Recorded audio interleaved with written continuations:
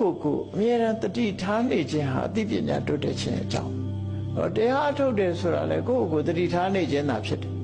ခုနကကိုယ်စိတ်ထဲမှာစိတ်တ ानु ပဒနာလို့ဆိုတဲ့ထဲမှာနော်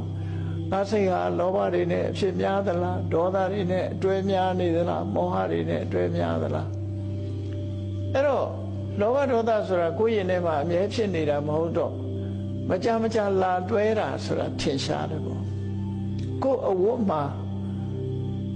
ဖြူစင်အောင်ဖွတ်ထားတဲ့အဝတ်ကလေးဟာအမြဲတမ်းနွမ်းနေတာမဟုတ်ဘူးနွမ်းနေတဲ့အညစ်အကြေးဟာပြင်ဘက်ကလာတာဖြစ်တယ်ပေါ့ထို့တူပဲစိတ်ထဲကလည်းပဲလောဘအမြဲဖြစ်နေတာမဟုတ်သည့်အတွက်ကြောင့်